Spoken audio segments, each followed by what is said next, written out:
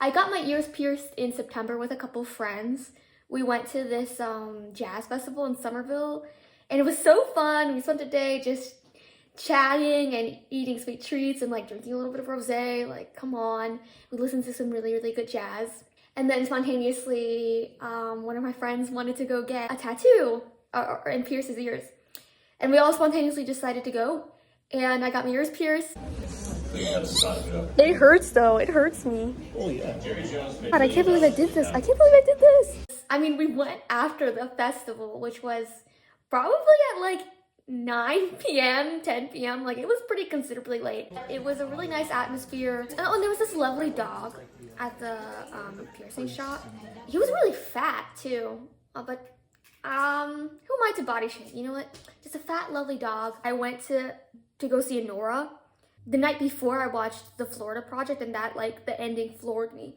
And Anora's been getting a lot of Oscar buzz, so I was like, okay, whatever. And I watched it, and I laughed so hard at the second act, and then the ending was just like, oh my gosh, the ending, I was floored.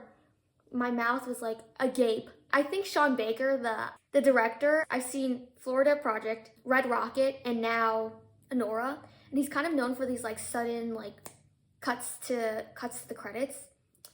And gosh, I wasn't expecting it. It was like, you have to go watch Anora if you haven't watched Anora. Oh, the ending like left me so floored. I forgot my wallet in the cup holder, and then the girls sitting next to me were like, "Girl, you have to, like, you need to get your head together." But I couldn't even function. I could barely walk out of the theater. It was so, oh my gosh, it was so stunning, and I didn't know what else to do with myself, so I went to Michael's and bought polymer clay.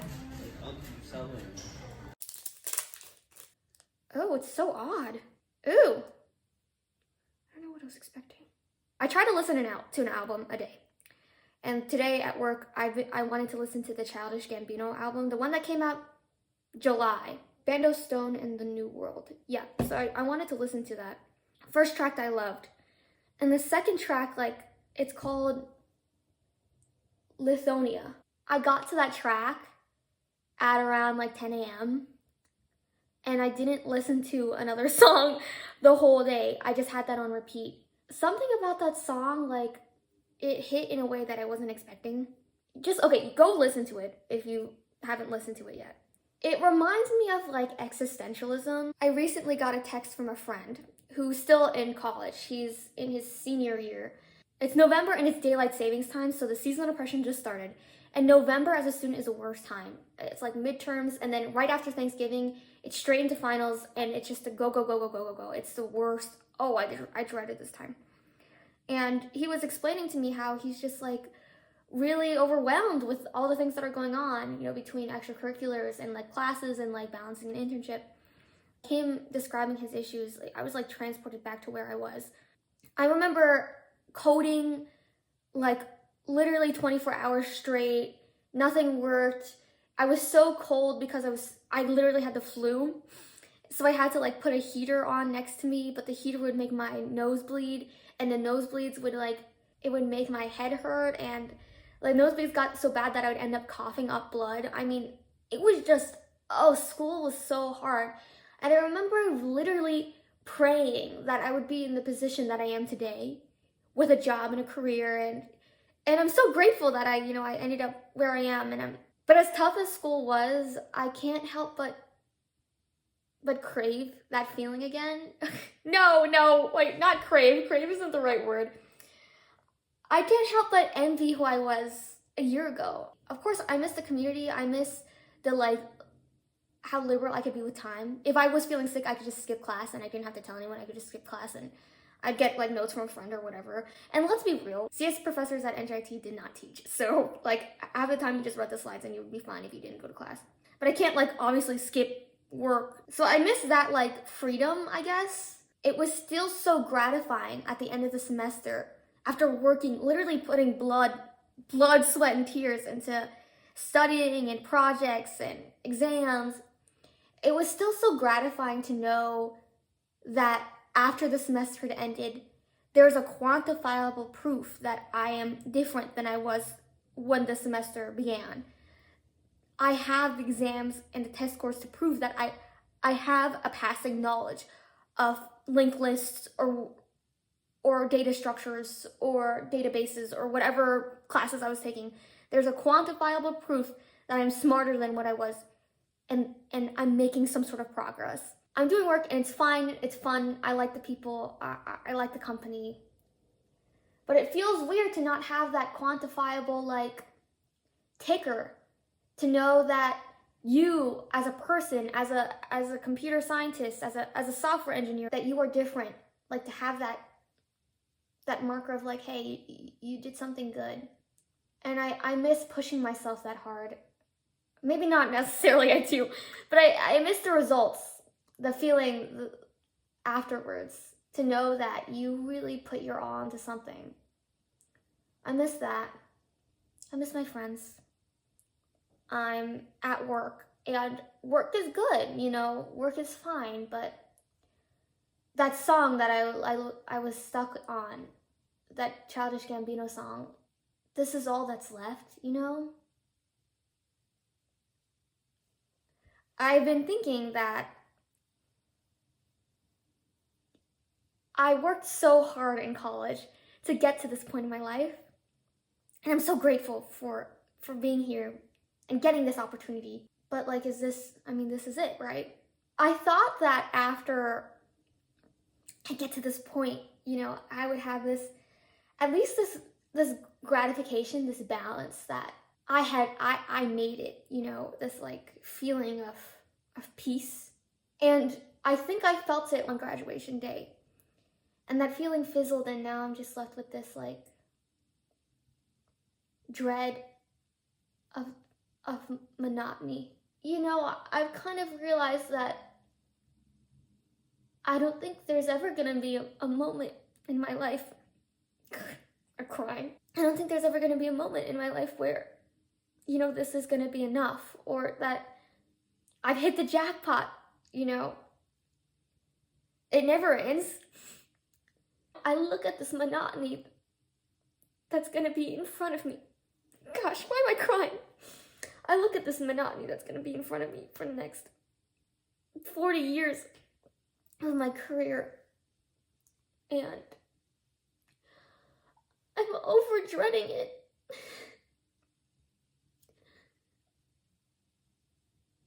Nothing matters, you know? So let's make everything matter. If every day is gonna be the same, then let's make every day good. So I'm trying to fill my life doing little artsy class like this, listening to music, and watching all the movies that I wanted to watch. And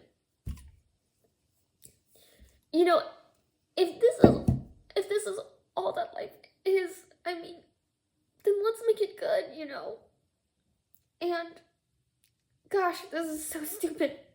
I refuse to believe that if this is gonna be my life for the rest of it, 9 to 5, I wake up, I go to work, I go to the gym, and I go back home, and I do it all again, over and over again. I refuse to believe that monotony, that there can't be joy in that.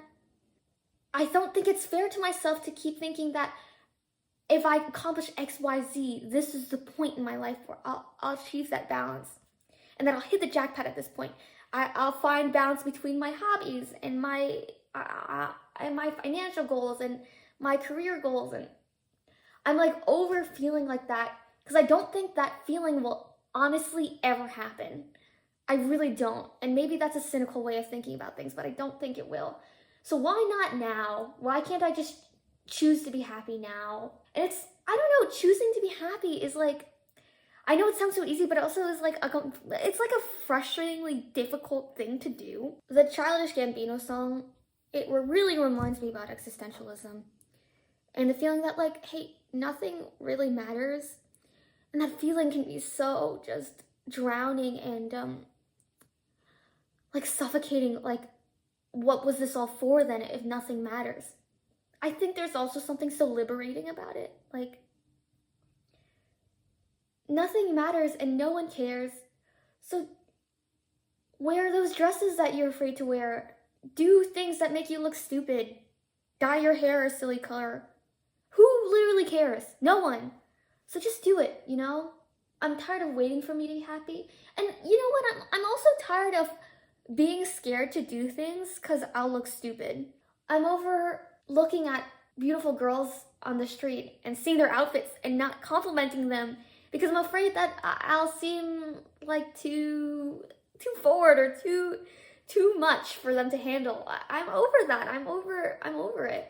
I was thinking about what I was doing in November around this time, like midterm season, final season. I remember that around this time was when Attack on Titan, the finale, came out. I remember praying that I would be able to finish my code so that I could go home and watch Attack on Titan with my dad. Moments as simple as watching TV with your parents and sitting on the couch, complimenting pretty girls on the street. I mean, it's so small, but if I could introduce those little moments of joy in this slog, if that's what every day is gonna be like, you know, isn't that such a wonderful reality to live in? Even though I'm gonna try to embrace this monotony, I don't doubt that there's always gonna be a part of me that wants to try something radically new. Like, I've always wanted to be a teacher. This is embarrassing, but I'm gonna put it anyways because I'm over feeling afraid of looking stupid. So I've always wanted to film coding videos. I've always wanted to film coding tutorial videos. I've always wanted to become a teacher. I think that making these videos are gonna be a way for me to like start that. It's so embarrassing to admit this. I think that with monotony though, that doesn't mean that I can't still grow. There's this Nathan Zed video that I watched recently, and it was so, I mean, go watch the video first. It was so wonderful. He mentions in the video, you know, if you're lost, you just gotta move somewhere. You just gotta go some sort of direction. Otherwise, like, it's better than going nowhere. And you just gotta walk. And I think I just gotta walk. Even though I'm in this era of like embracing this monotony, I know I don't want to stay the same either, you know? Like, I think both can coexist at the same time, monotony and growth. But I refuse to believe that this is all that I am. Even though I don't have these quantifiable markers of growth, I know that I am growing. I got home at 5:30. It is 7. It's been 2 hours. Okay, but this is where I'm at. Are you kidding me? Wait, why don't I kind of eat? Why am I kind of eating right now? Look how cute they are. Hopefully they work out because I spent like 3 hours on them. But if they don't work out, I'm gonna be kind to myself, and who cares? Look at this little rabbit. For the 2 cakes that look the most identical after baking, I'm gonna make them the earrings. And then all the extra ones I'm gonna put in a charm necklace. And hopefully they end up okay.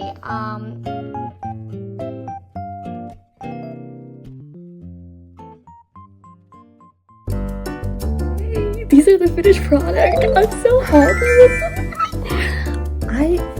It's a little bit later, so Thanksgiving passed and I was only able to get to them now, but I'm so happy. So after I baked them, I glazed them with this like Sculpey clay, and I don't know, something like genuinely primal was unlocked in me, and I'm just in my polymer clay era.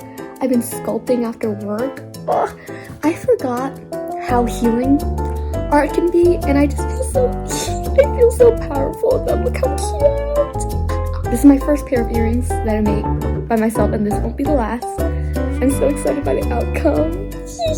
These are the finished product. I'm so happy.